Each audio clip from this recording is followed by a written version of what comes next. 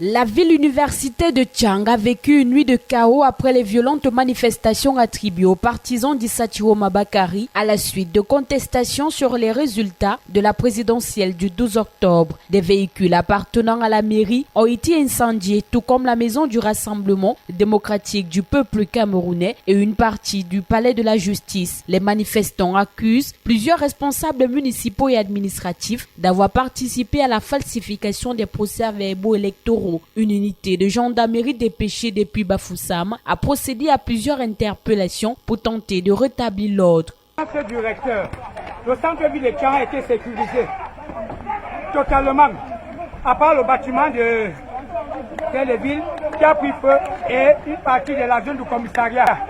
Tous ces malfrats se sont transportés ici chez le recteur. Ils ont commencé à brûler la guérite. Fort heureusement, nous sommes arrivés à Tchang. Et nous avons une vingtaine d'assaillants dans la réserve du recteur. Nous les délogeons, on a délogé environ 5, les autres en haut.